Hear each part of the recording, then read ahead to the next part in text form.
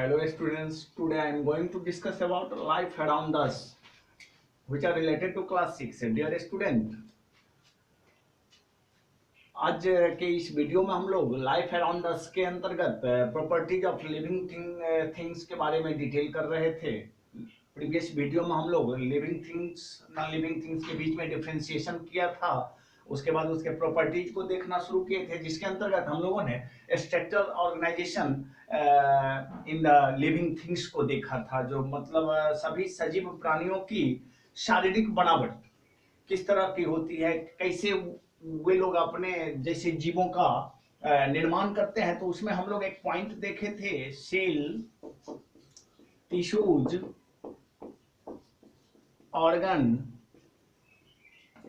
Organ system और then organism. Previous video में इन्हीं कुछ पॉइंट्स के बारे में हम लोग चर्चा किए थे और बारी बारी से सेल, टिश्यू या ऑर्गन सिस्टम और ऑर्गेनिज्म को डिफाइन किया था। आज के इस वीडियो में हम लोग उसी प्रॉपर्टीज के अंतर्गत जो कि लिविंग ऑर्गेनिज्म से रिलेटेड प्रॉपर्टीज होते हैं, उसमें हम अन्य अन्य प्रॉपर्टीज के बारे में डिटेल करेंगे। सबसे पहले थोड़ा यहाँ देख लेना है, जो इस सेलुलर स्ट्रक्चर के आधार पर प्रायः ऑर्गेनिज्म कितने तरह के होते हैं। क्योंकि हमने ये देख लिया कि सेल से टिश्यूज का निर्माण होता है, टिश्यूज से ऑर्गन सिस्टम का, और ऑर्गन सिस्टम के बाद कंप्लीटली एक ऑर्गेनिज्म का निर्माण होता है। तो ये तो फिक्स है, लेकिन इस सेल से कैसे ऑर्गेनिज्म रिलेटेड है, कैसे सेलुलर स्ट्रक्चर के आधार पर ऑर्गेनिज्म क्लासिफाई किया जाता है, अब हम इन फैक्ट्स को देखेंगे।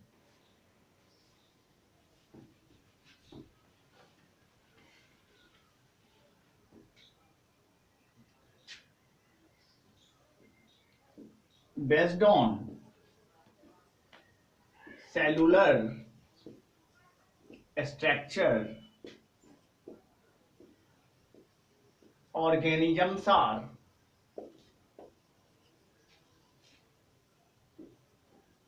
classified into two groups.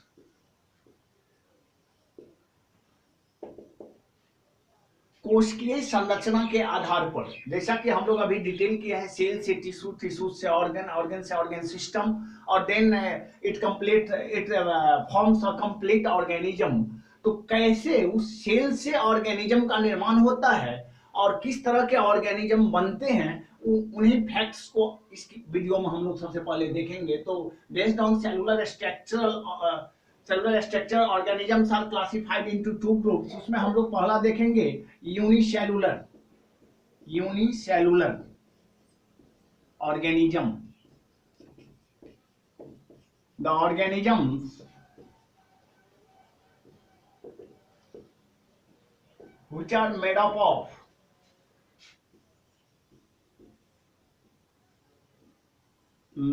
of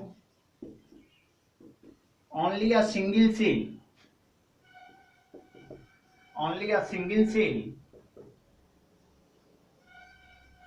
are called unicellular organisms. For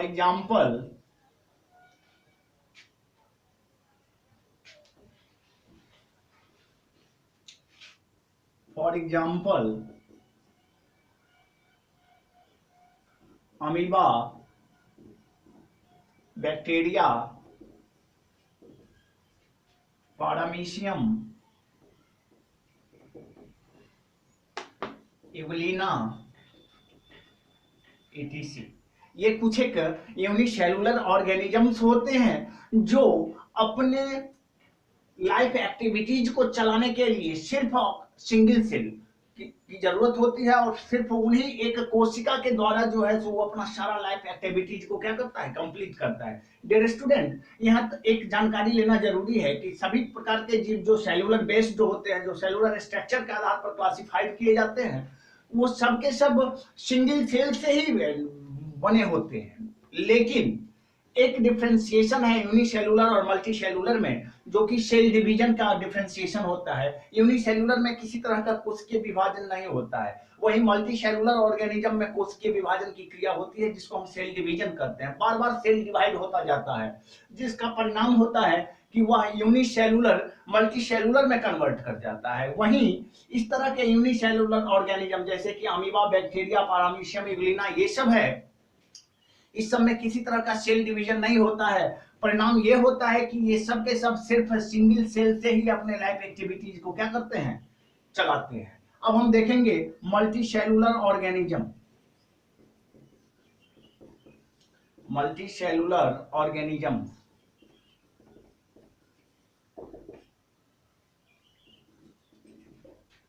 the organisms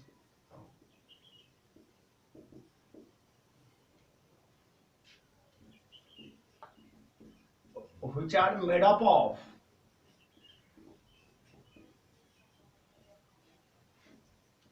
more than one cell are referred as the multicellular organism. Multicellular organisms. The organisms which are made up of more than one cell. यहाँ भी हम लोग single cell की ही चर्चा की है, जिसको हम यूनिसेलुलर कहते हैं, लेकिन यहाँ पर मोर देन लगा हुआ है, मतलब एक से अधिक सेल। और वो सेल कैसे बनेगा, तो वो सेल सिर्फ बन सकता है मल्टी सेलुलर ऑर्गेनिजम्स में भी, चूंकि उसके पास में जो है सो सेल डिवीजन की क्षमता होती है। कोशिकीय विभाजन के द्वारा बार बार वो अपने सिंगल सेल को जो है सो double, triple, tetra, her shape and size में वो उसको चेंज कर सकता है। अब इसका एग्जांपल देखेंगे। For example, human beings,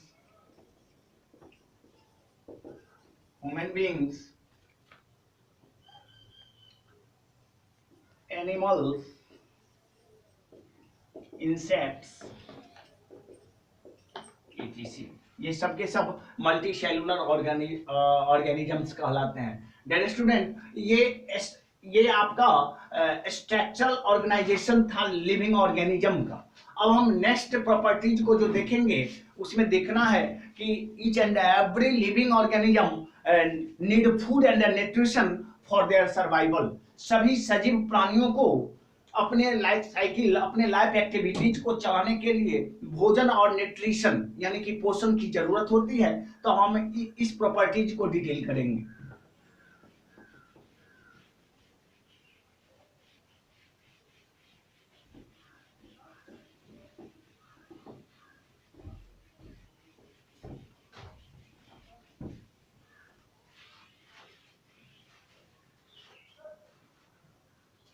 second properties के अंतर्गत देखेंगे हम living organisms need food and nutrition. सभी जीवित प्राणियों को लाइफ एक्टिविटीज, वाइटल एक्टिविटीज को चलाने के लिए भोजन की जरूरत होती है और ये न्यूट्रिशन की जरूरत होती है। और वो सारा का सारा न्यूट्रिशन वो लिविंग ऑर्गेनिज्म फूड से प्राप्त करता है। कहां से प्राप्त करता है? फूड से प्राप्त करता है। तब बारी बारी से हम कुछ पॉइंट्स को देखेंगे कि कैसे लिविंग ऑर्गेनिजम्स को न्यूट्रिशन चाहिए और वो न्यूट्रिशन कहां से प्राप्त करते हैं। All living organisms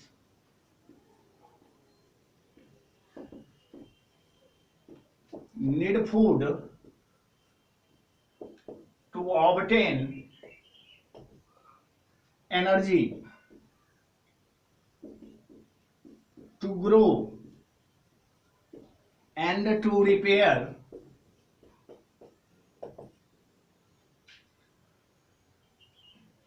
worn out and damaged cells and tissues. Cells and tissues. All living organisms need food to obtain energy. सभी जीवित प्राणियों को भोजन की जरूरत होती है। क्यों जरूरत होती है? ताकि वो ज्यादा से ज्यादा न्यूट्रिशन यानी पोषण को प्राप्त कर सके, फॉर गेटिंग एनर्जी, ताकि ऊर्जा का सही इस्तेमाल वो कर सके, फॉर देयर ग्रोथ, ताकि वो सही से वृद्धि कर सके, and to repair worn out and damaged cells and tissues. यदि हमारे शरीर में दिन भर में यदि सेल्स या टिश्यूज में कहीं टूट फूट हो जाती है, हम लोग प्रायः हार्ड वर्क करते रहते हैं, हार्ड वर्क करने के बाद हमारे शरीर के मसल में क्रैम्प आ जाती है, एक प्रकार की वो ऐठन या मरोड़न आ जाती है, हमारा बॉडी सही से काम नहीं कर पाता है। क्यों नहीं काम कर पाता है? इसका मतलब है हमारे शरीर में न्यूट्रिशन की क्या है, सर्वथा अभाव है। हमारे शरीर में जितना न्यूट्रिशन चाहिए जीने के लिए, सर्वाइवल के लिए या फिर लाइफ एक्टिविटीज को चलाने के लिए, उस तरह का जो है सो हमको न्यूट्रिशन प्राप्त नहीं हो रहा है, इसलिए वो क्रैम्प आ जाती है। And to repair worn out and damaged cells and tissues, और जब वो क्रैम्प आती है, टूट फूट होती है हमारे सेल्स एंड टिश्यूज में, in that case we have to need food for getting nutrition. और उस समय हमें सिर्फ भोजन ही चाहिए ताकि हम आवश्यकता अनुसार अपने न्यूट्रिशन या पोषण को क्या कर सकें, प्राप्त कर सकें। अब हम दूसरा दूसरा पॉइंट देखेंगे। All green plants make their own food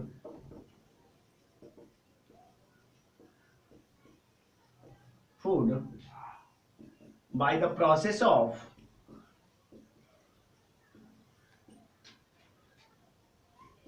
photosynthesis.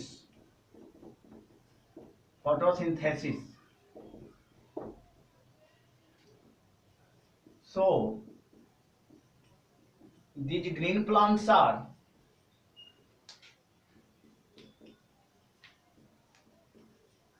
called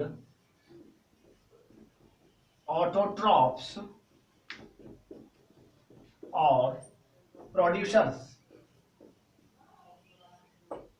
सभी तरह के ग्रीन प्लांट या हरी पत्तीदार वाले पौधे अपना भोजन खुद पकाते हैं by the process of photosynthesis, जिसकी जानकारी हम लोग प्रीवियस चैप्टर में ले चुके हैं। So this green plants are called autotrophs, और चूंकि ये सभी ऑर्गेनिज्म, प्लांट ऑर्गेनिज्म अपना भोजन खुद पकाने में सक्षम होते हैं, so these are called autotrophs और प्रोड्यूसर्स। और इस तरह के ऑर्गेनिज्म या तो उत्पादक कहलाते हैं या फिर स्वपोषी कहलाते हैं। क्या कहलाते हैं? उत्पादक या फिर स्वपोषी, जो खुद के भोजन का उत्पादन कर सके, निर्माण कर सके। इस तरह के जो ऑर्गेनिजम्स होते हैं वो ऑटोट्रॉप्स कहलाते हैं और फिर प्रोड्यूसर्स कहलाते हैं। This mode of nutrition is referred as autotrophic mode of nutrition. Autotrophic mode of nutrition. ये दूसरा फैक्ट्स था जिसके अंतर्गत हमने देखा कि लिविंग ऑर्गेनिज्म कैसे फूड और न्यूट्रिशन को प्राप्त करते हैं। अब हम देखेंगे, ये तो कुछ एक प्रकार के ग्रीन प्लांट्स थे, और भी इसके अलावा जो जीव हैं, एनिमल्स है, नॉन ग्रीन प्लांट्स है, ये अपने फूड और न्यूट्रिशन को कैसे प्राप्त कर सकते हैं उसको देखेंगे।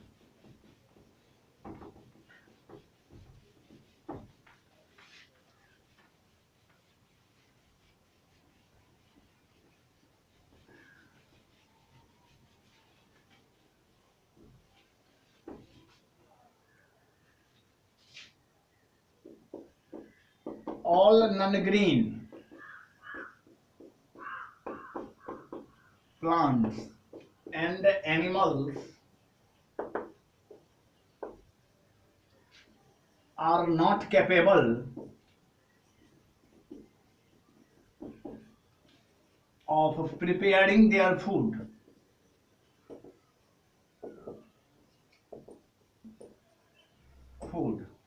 So they directly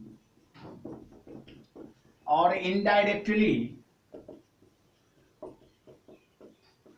depend on green plants.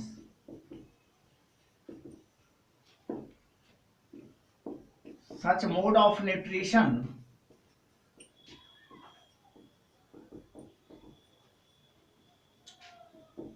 is referred as heterotrophic mode of nutrition.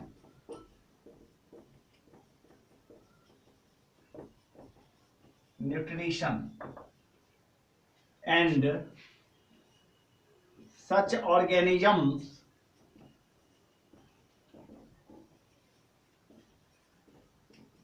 called heterotrophs और कंज्यूमर्स। अब हमने दूसरे तरह के लिविंग ऑर्गेनिज्म को देखा जिसमें सभी तरह के अहरित पौधे नॉन ग्रीन प्लांट्स और सभी तरह के एनिमल्स इंक्लूडिंग ह्यूमन बींग्स सबके सब शामिल हैं। ये दोनों प्रकार के जीव, चाहे वो एनिमल्स हो या नॉन ग्रीन प्लांट्स हो, they are not capable of preparing their own food. वे अपने खुद का भोजन पकाने में वे सक्षम नहीं होते हैं। फॉर दिस, और इसके लिए वो दे डायरेक्टली और indirectly depend on green plants, और इसके लिए वो सभी प्रकार के जीव चाहे नॉन ग्रीन हो या फिर एनिमल्स हो, कंप्लीटली जो है सो ग्रीन प्लांट्स पर डिपेंड करता है। Such mode of nutrition is referred as heterotrophic mode of nutrition. और जिस मोड ऑफ न्यूट्रिशन में ये सभी हेटेरोट्रॉफिक प्लांट्स और एनिमल्स जो है अपने भोजन या न्यूट्रिशन को प्राप्त करते हैं उसे हम हेटेरोट्रॉफिक मोड ऑफ न्यूट्रिशन या परपोषण कहते हैं। क्या कहते हैं? परपोषण। And such organisms that exhibit such mode of nutrition are referred as heterotrophs or consumers। और ऐसे जीव जो इस तरह के लक्षणों गुणों का पालन करते हैं हेटेरोट्रॉफ्स और कंज्यूमर्स, उपभोक्ता या फिर परपोषी जीव कहलाते हैं। जैसे हम सभी मनुष्य परपोषी हैं, कंज्यूमर हैं, सिर्फ हम लेना जानते हैं, उगाना नहीं जानते। हमारे पास में कोई ऐसा साधन नहीं है, हमें डायरेक्टली और इनडायरेक्टली हमें अन्य जानवरों और अन्य हरे पौधे पर हमको क्या करना पड़ता है? निर्भर रहना पड़ता है। तो ये हमारा दूसरा प्रॉपर्टी था जो कि लिविंग थिंग्स से रिलेटेड था। प्रायः इस तरह की सारी एक्टिविटीज नॉन लिविंग थिंग्स में नहीं होता है। नॉन लिविंग थिंग्स को ना तो फूड की जरूरत होती है ना ही न्यूट्रिशन की जरूरत होती है, वहीं सभी प्रकार के लिविंग ऑर्गेनिजम्स को फूड और न्यूट्रिशन दोनों की जरूरत होती है। अब हम तीसरे प्रॉपर्टीज के अंतर्गत देखेंगे how do living organism respond to their stimulis. कैसे सभी लिविंग ऑर्गेनिज्म अपने वातावरण में उद्दीपनशीलता या फिर एक्साइटमेंट के शिकार होते हैं।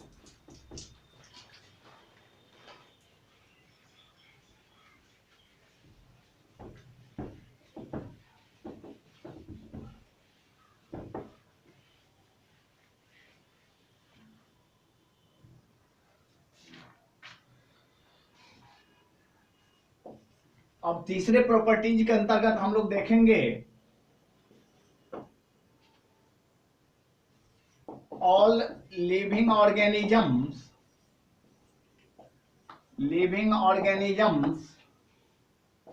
Respond to their stimuli. अब हम देखेंगे कि कैसे सभी जीवित प्राणी अपने वातावरण के प्रति सजग होते हैं, अपने वातावरण के प्रति रेस्पॉन्स होते हैं। हम आगे चर्चा करेंगे कि कौन से रेस्पॉन्ड फैक्टर्स हैं जिसके चलते हम लोग वातावरण में क्या हो जाते हैं, स्टिमुली के प्रति रेस्पॉन्ड करते हैं। तब हम इन फैक्ट्स को इस प्रॉपर्टीज के अंतर्गत देखेंगे। डियर स्टूडेंट, एक क्वेश्चन यहाँ अराइज होता है, what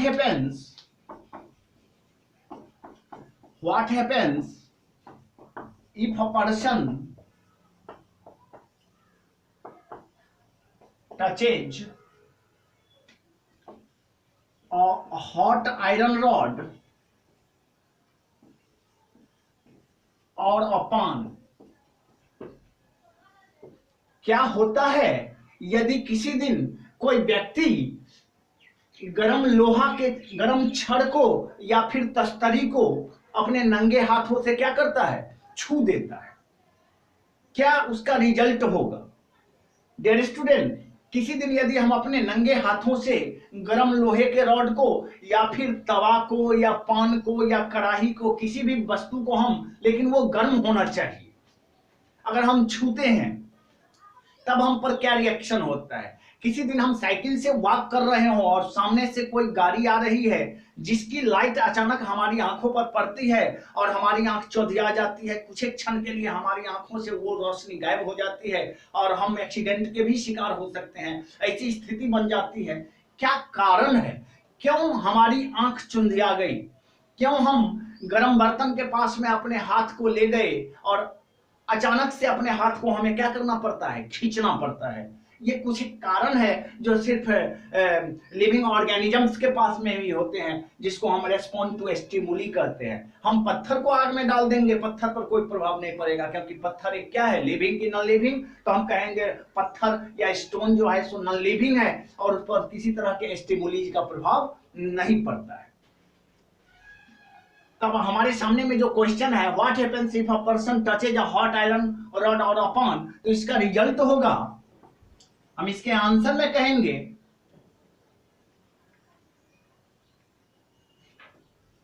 we suddenly remove our hand,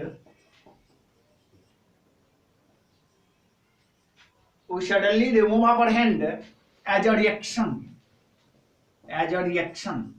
और इस स्थिति में हम अचानक से अपने हाथों को उस गर्म वस्तु से अलग कर लेते हैं। क्या कर लेते हैं?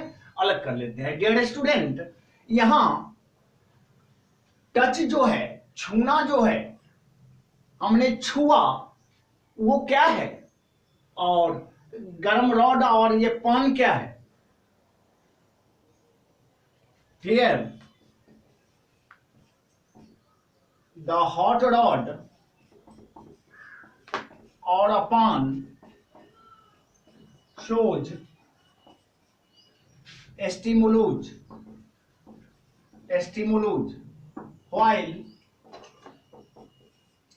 while touch is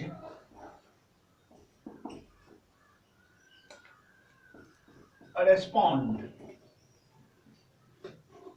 और उसको छूना क्या है? रिस्पॉन्ड है। और जिसको छुआ वो क्या बन जाता है? तो वो स्टिमुलस बन जाता है। अब हम बारी बारी से इस स्टिमुलस और रिस्पॉन्ड को डिटेल करेंगे।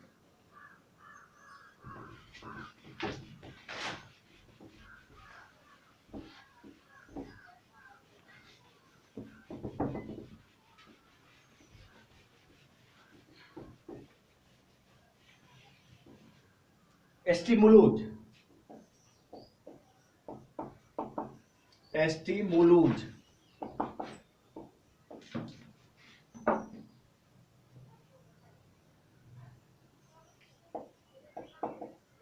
this is a type of change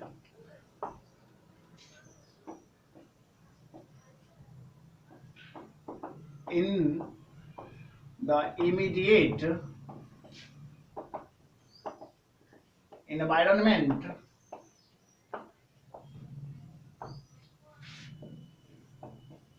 of a living organism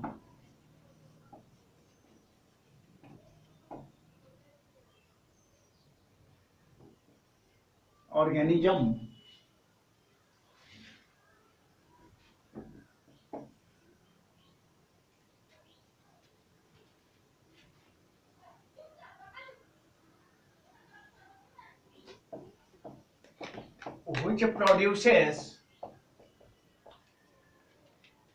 a change in the activities of the living organisms.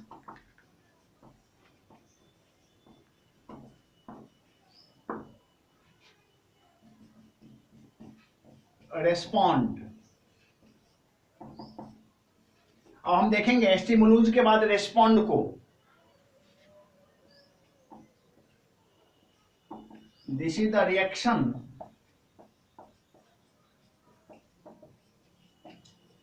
Of an organism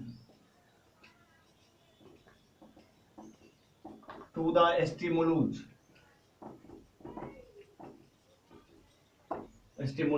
dare student, ये स्टिमुलस और रिस्पॉन्स से रिलेटेड कुछ फैक्ट्स थे। हम फिर नेक्स्ट वीडियो में अन्य प्रॉपर्टीज को लेकर के प्रेजेंट होंगे। तब तक के लिए धन्यवाद।